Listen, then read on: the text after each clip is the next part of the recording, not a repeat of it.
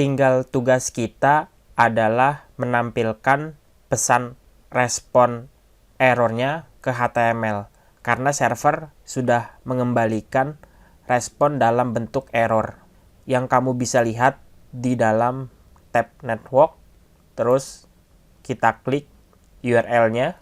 Berikut ini adalah hasil respon error bahwa email dan nama field is required. Untuk itu, kamu perlu menerima data error ini dalam bentuk objek, karena kalau kita lihat di dalam konsolnya, kamu hanya mendapatkan pesan notifikasi atau pesan error status kode 422. Jadi saya mau yang ditampilkan adalah bentuk objek dari error yang kita dapatkan, sehingga nulisnya bukan lagi console log error, tapi kamu harus akses console log error.respond. Dengan begitu, kamu sudah bisa mengakses data error tersebut.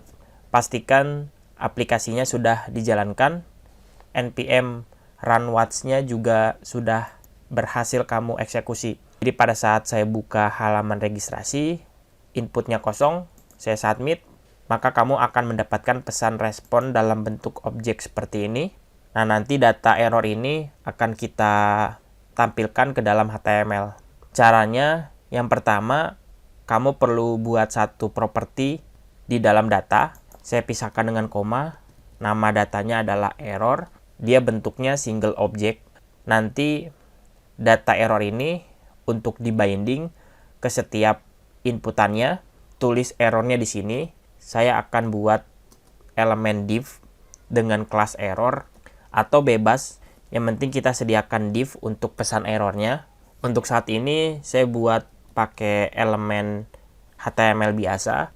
Nanti bisa kamu berikan stylenya biar ada warna merah. Saya akan cetak pesan errornya. Nulisnya error.name kurung kotak 0. Nanti akan saya jelaskan kenapa saya tulis 0 di sini.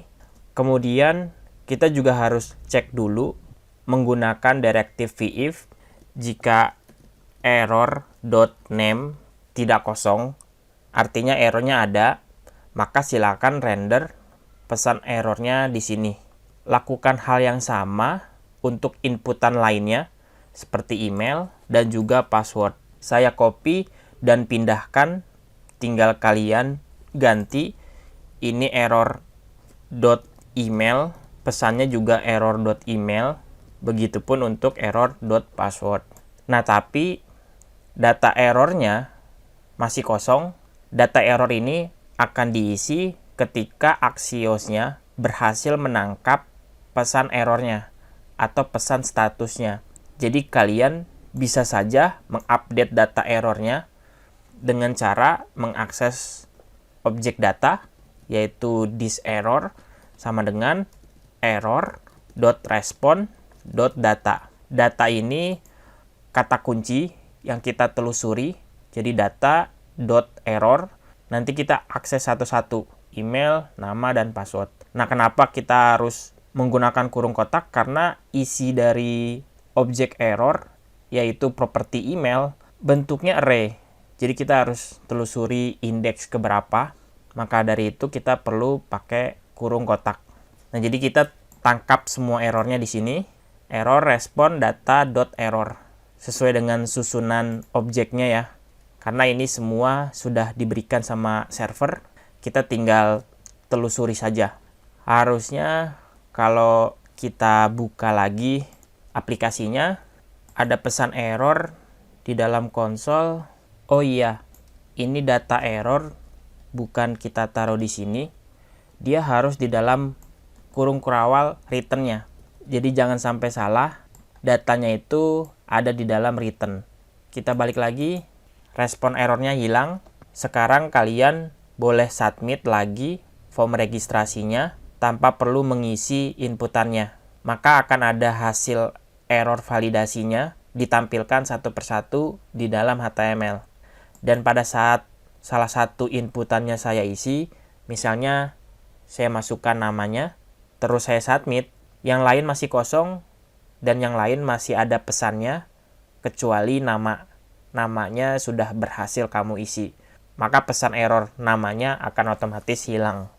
Karena kita sudah mengecek apakah ada error untuk nama atau tidak. Supaya lebih aman, kamu pun bisa mengecek status kodenya menggunakan keyword if, nulisnya error respon status. Jika sama dengan 422, ya kita update data errornya dengan respon yang didapatkan dari server. Harusnya ketika kita buka lagi halamannya, submit, pesannya akan tetap otomatis tampil. Tapi seandainya jika saya isi semuanya seperti ini, saya submit, maka otomatis redirect dan datanya sudah berhasil kamu dapatkan. Berikut ini adalah data yang tadi saya submit, sudah masuk ke dalam database. Proses insertnya masih berjalan dengan baik.